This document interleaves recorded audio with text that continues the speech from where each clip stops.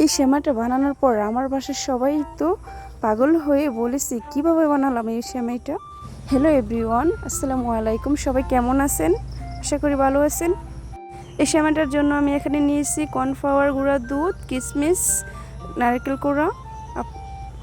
আপনারাও আমার মতে এই নবাবী সেমাইটা একবার বানায় বাসায় ট্রাই করবেন। বাসার সবাই পাগল হয়ে যাবে এই রেসিপিটা, আপনারা ট্রাই করবেন। ঈদ স্পেশাল এই নবাবী সেমাইটা যে এত স্বাদ, আপনারা বাসায় ট্রাই না করলে বুঝবেন না। একবার বাসায় ট্রাই করবেন। আমার ছেলের আবদারে আমাকে ঈদের দ্বিতীয় দিন এই সেমাইটা বানিয়ে নিতে হলো এত কাজের মধ্যে। জানেন তো কুরবানি ঈদ মানে পাকঘর থেকে আসা যাওয়া থাকতেই থাকে, কি আর বলবো আপনাদের সাথে। তাই ছেলের আবদারে আমি এই নবাবী সেমাইটা বানিয়ে নিলাম। এই ঝটপট আমি বানিয়ে নিলাম। কালারটা যে দেখতে যেমন সুন্দর, খেতেও মাশাআল্লাহ অনেক স্বাদ। আপনারা আমার এই রেসিপিটা দেখবেন, পুরো ভিডিওটা না টেনে। আশা করি আমার কাছে অনেক ভালো লাগবে। বিশেষ করে যারা পরিবারের বড় ছেলের বউ, তাদের একটু বেশি করেই কাজ করতে হয়। আমার মতো কে কে বড় ছেলের বউ অবশ্যই কমেন্ট করে জানাবেন। কি বলবো, এই কুরবানি ঈদে অনেক কষ্ট করে কাজ, এই গরমের মধ্যে এত কষ্ট করে রান্না বান্না সব কিছু একা হাতে সামলাতে হচ্ছে। তাই একটু ঝটপট আমি সময় দিতে পারলাম না, ছেলে বলছে, তাই আমি ঝটপটেই নবাবী সেমাইটা বানিয়ে নিলাম।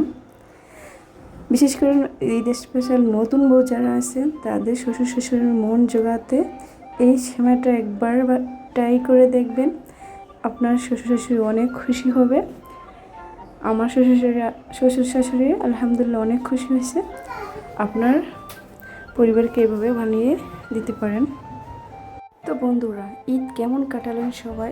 আলহামদুলিল্লাহ আমরা অনেক আনন্দে ঈদ কাটালাম। যেমন কষ্ট, তারপর অনেক আনন্দে কাটালাম। আলহামদুলিল্লাহ, ঈদ মানে কাজ করতেই হবে, কোরবানি ঈদ বলে কথা।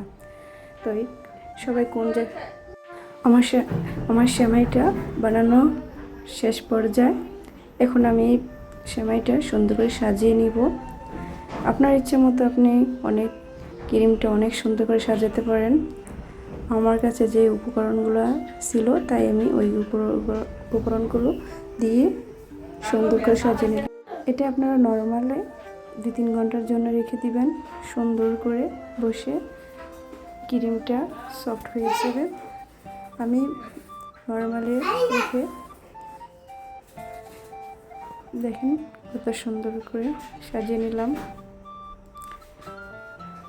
মাশাআল্লাহ দারুণ হয়েছে দেখতে, খেতেও মাশাআল্লাহ অনেক স্বাদ। এই রেসিপিটা আমি আরও একবার বানিয়েছিলাম, তাই ছেলের আবদার আবার বানিয়ে দিতেই হবে, কি আর করব। তাই আমিও বানিয়ে নিলাম। মাশাআল্লাহ। তো বন্ধুরা, সবাই ঈদের আনন্দ উপভোগ করুন। আমাদের জেলা ব্রাহ্মণবাড়িয়া অনেক সুন্দর সুন্দর জায়গা আছে। আলহামদুলিল্লাহ আমরাও ঈদের আনন্দ উপভোগ করব। আপনারাও ঈদের আনন্দ উপভোগ করুন। এই রেসিপিটা ভালো লাগলে একটা লাইক